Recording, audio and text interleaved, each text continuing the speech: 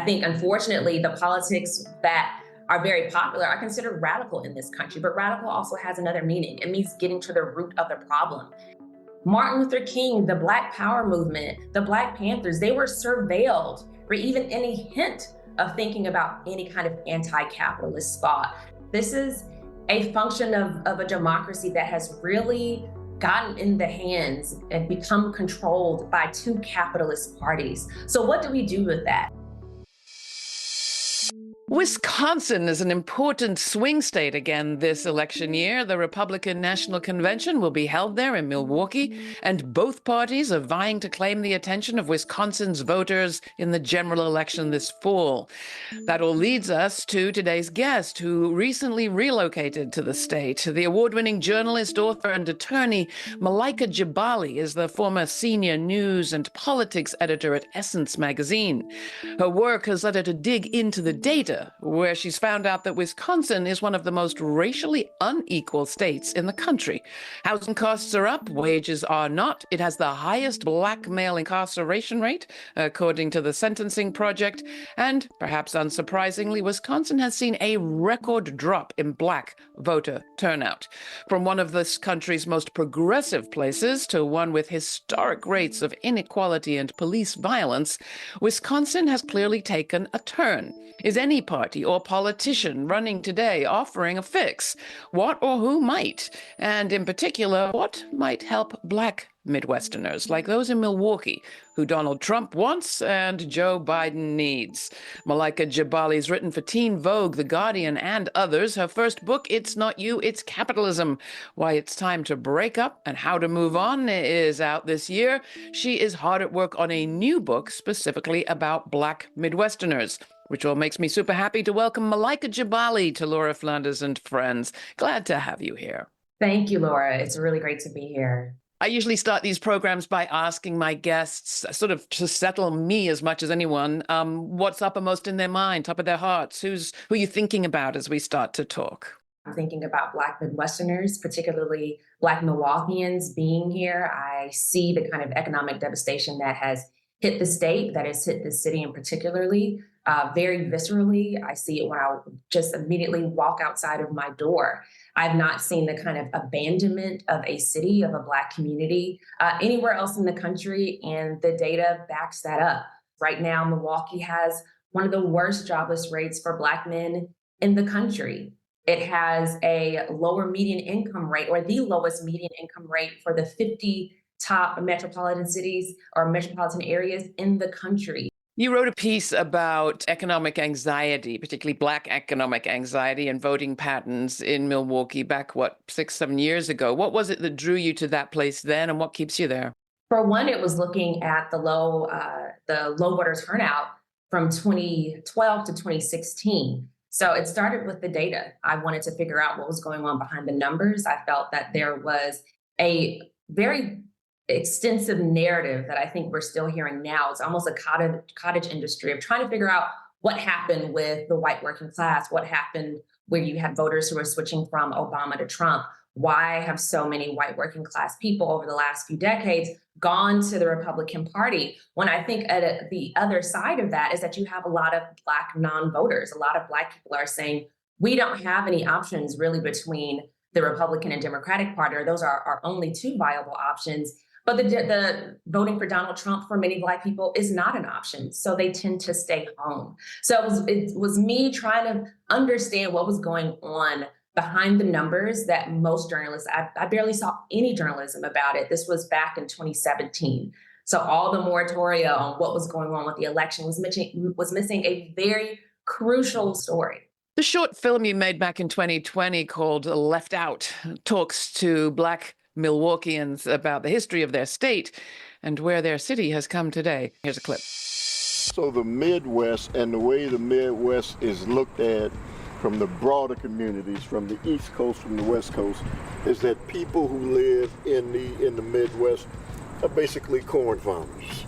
Okay, that's the way we are looked at, and it's as if we don't have ideas and thought processes ourselves. The Midwest, like the working class, has become synonymous with white. But assuming the region mostly has conservatives who need to be won over has serious political implications. A community on edge. Overnight, a crackdown to stop the raging protests against police. The neighborhood that was set on fire closing from dusk till dawn under a strictly enforced curfew.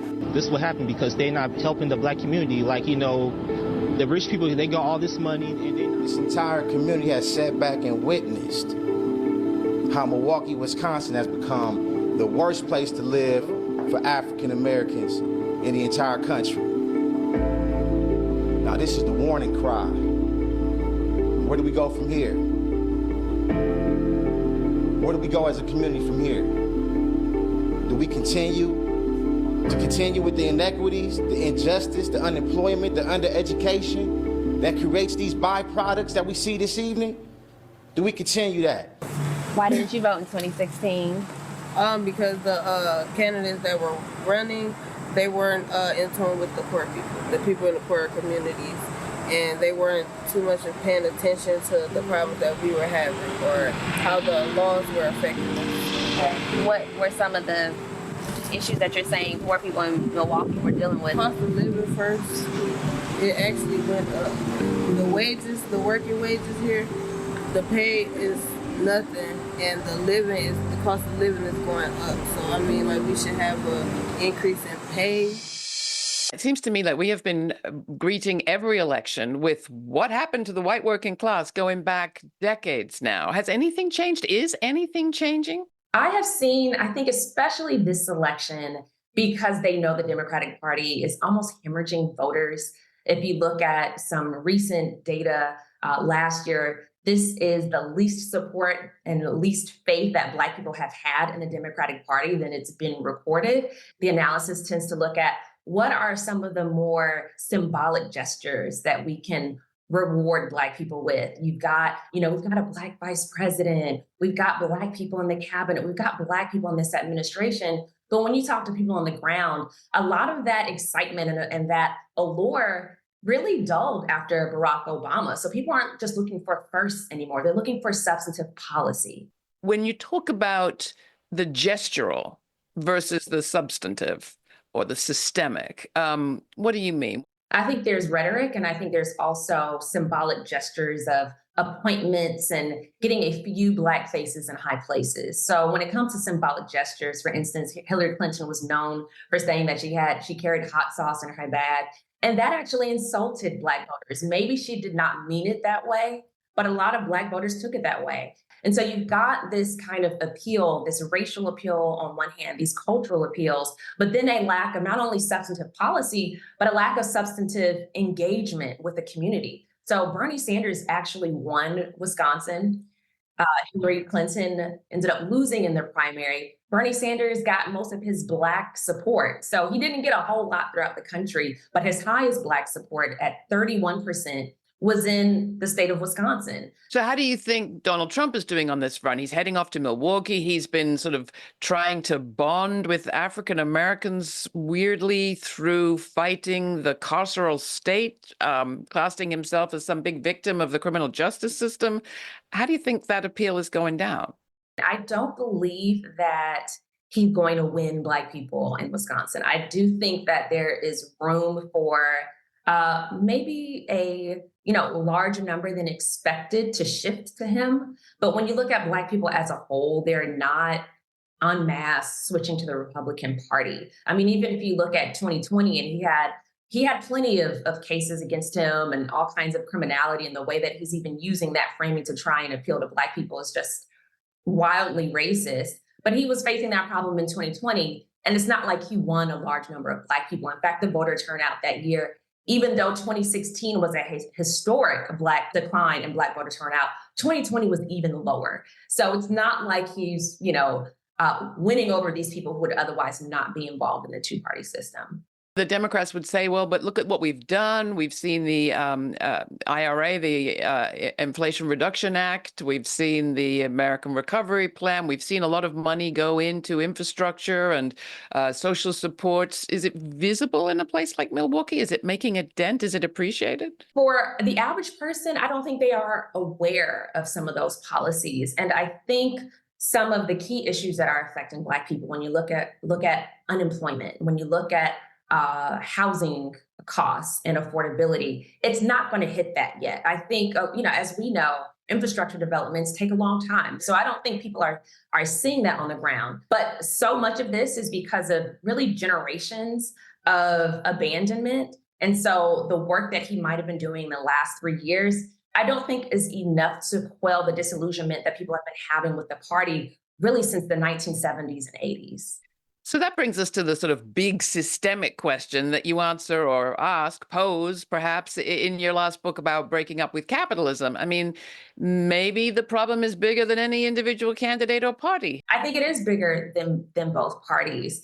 People see that, they're not able to, that, for instance, housing for Black America is worse than it was in 1968 before the Fair Housing Act passed. So home ownership rates have barely budged. When you look at just the affordability of college, it's gotten way more expensive, and Black men and women are more likely to carry student loan debt. So many things that should have been a part of our social safety net have been marred by this kind of individualism and anti-Blackness where everybody's not able to thrive from it. Instead of community programs, you're looking at individual small business ownership. And so we've been trying that the last 60 years of that kind of inclusion. DEI didn't just get started, when it became a boogie word for conservatives in the 2024 election. DEI it's been affirmative action. It's been these kinds of inclusion programs over the last 60 years. If it were going to work, I think it would have worked by now. And so the purpose of the book is to say, why don't we give another relationship a shot? And this isn't even a new relationship. This is something that we've had during the Great Depression or as an antidote to the Great Depression. This is something that we've had right here in real America in Wisconsin. So let's return back to the things that actually worked for people. This is Laura Flanders and Friends. Laura's guest is award-winning journalist and attorney Malaika Jabali. She's the former editor at Essence magazine and the author of It's Not You, It's Capitalism, Why It's Time to Break Up and How to Move On. Malaika spent the last few years looking at the declining appeal of Democrats to Black Midwesterners. She also produced the documentary short Left Out, we heard a clip from earlier in the show. Milwaukee, where she focuses, is hosting the Republican National Convention this summer. The GOP may not win over a whole lot of Black voters this year, but a few too many may stay home. Why? Wisconsin used to be one of the most radical thinking places in the nation, influencing the New Deal and led electing a string of socialist mayors. Could a bad relationship with capitalism be to blame today? That's next. You can watch this episode and see Malaika in Milwaukee by watching on our YouTube channel or PBS stations. Find yours at lauraflanders.org. While you're there, please take a moment to subscribe to our newsletter for information on all of our web exclusives, including the full conversation from this episode, available to podcast subscribers wherever you get your podcasts. The discussion continues, but first here's Everything Must Change by Milwaukee jazz artist Janine Rivers from her album Iridescent October, courtesy of the artist. Everything must change. Nothing stays the same. Everyone will change. No one stays the same. The young become the old, and mysteries do unfold, 'cause that's the way of time. Nothing and no one goes unchanged. Now, when you say Wisconsin, you're referring to that Wisconsin ideal that played a role in helping to inform the New Deal going back into the 1930s. Talk about what that Wisconsin ideal was and the place that